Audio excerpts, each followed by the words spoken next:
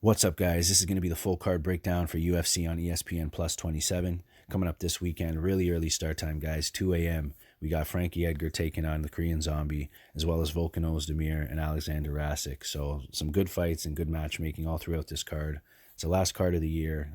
We are coming up on about a 3 week break before UFC 246.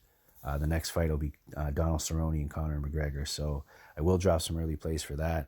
And because this video is late, I'm going to give out a parlay option right now.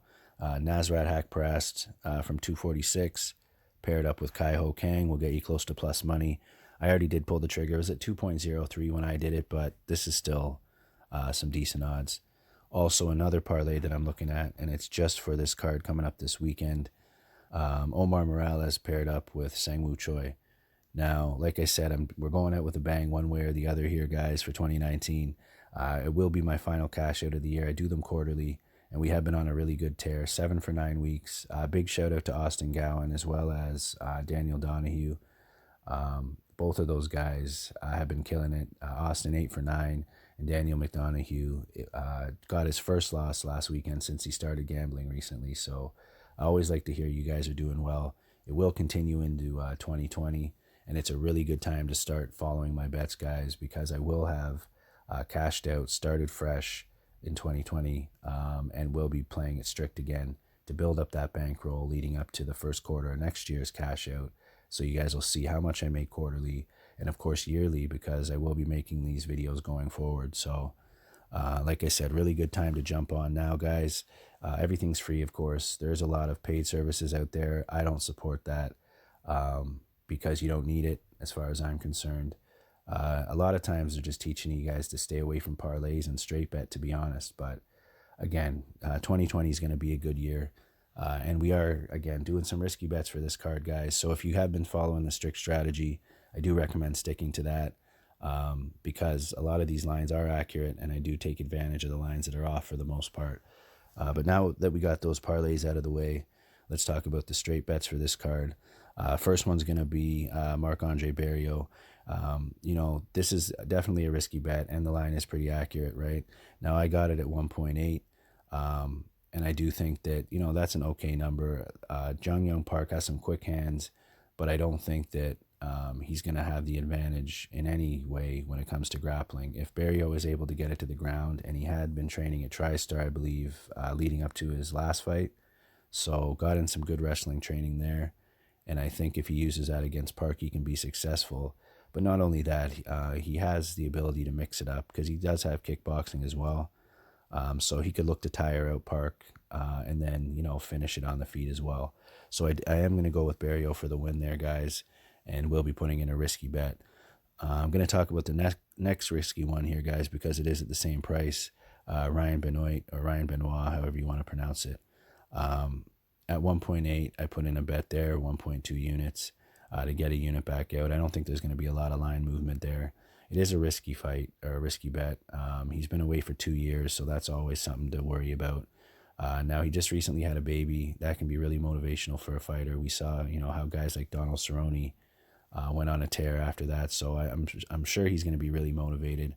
The fight was probably signed, and he probably requested it during the pregnancy, so he's going to be really hungry here. Definitely going to be Alatang's toughest test yet. And Benoit does have some notable wins over guys like Sergio Pettis. He actually had a split loss to Brandon Moreno, a guy that I rate really highly. And I bet him against Kai France this past card. So I do rate Ryan Benoit. It's just how is he going to come into this fight? But I'm going to take him to win and another small bet there. So 2 risky ones with Ryan as well as Barriault. A little bit outside of what I've normally do, guys, but we are really ahead. I've put aside that withdrawal that I'm happy with, and we're playing with some disposable income here. So it's a bit of a more exciting video, not holding off too much here. So we talked about Kai Ho Kang as a possible parlay option there. And then Frankie Edgar, that line's off. I did take a bet there, 2.6. I wanted to talk about that. Small shot, though, guys. When he's up that high, $70 and you can get a unit back. So, I mean, it's not a bad bet, with Frankie Edgar. It's going to be a tough fight, though. The vibe in that arena is going to be that he's going to lose for sure. I mean, the crowd's going to be going crazy for Chan Sung Jung fighting at home. and he is a tough guy. He has the ability to put anybody out at any time at that weight class. But I think Frankie, taking the fight on short notice, he is going to be confident. He's always confident, right? But it's his chin that kind of worries me. He's at that point in his career where he's taking a lot of damage. But I did take a shot there on Frankie as well. So as you guys can see, the pattern for risky bets.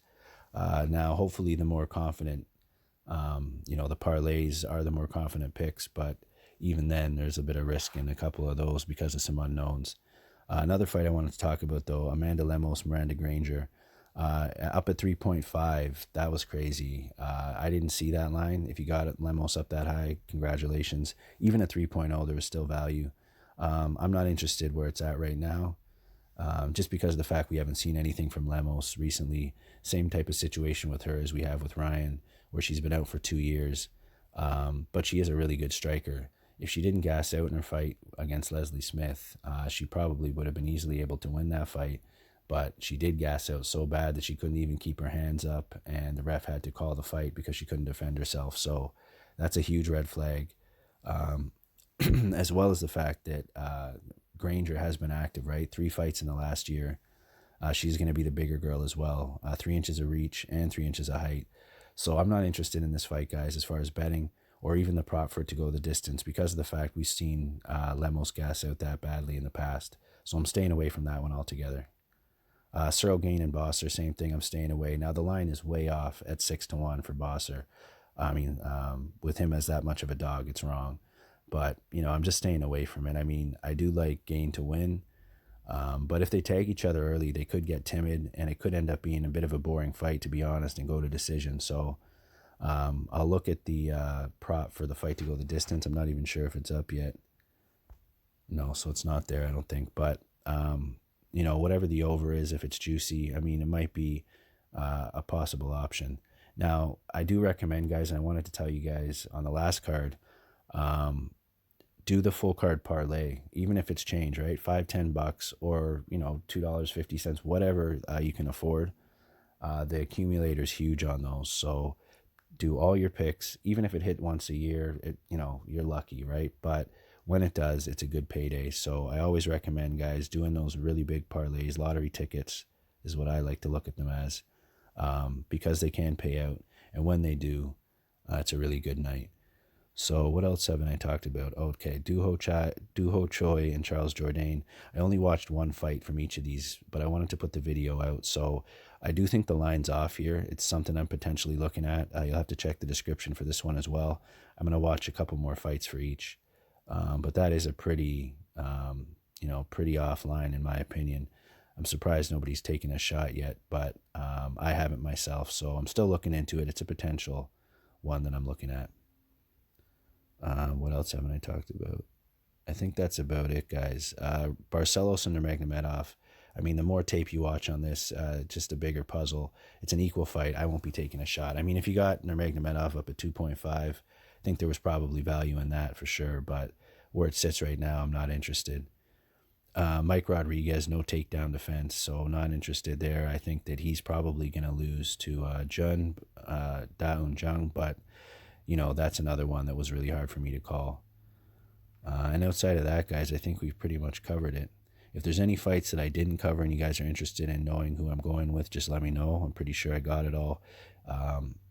My bad again for the delay, guys, on the video. Definitely doesn't benefit me to hold it up. The sooner I put it out, the more people see it, but I don't want to put it out until I have all angles covered. So, again, these are some risky bets, guys.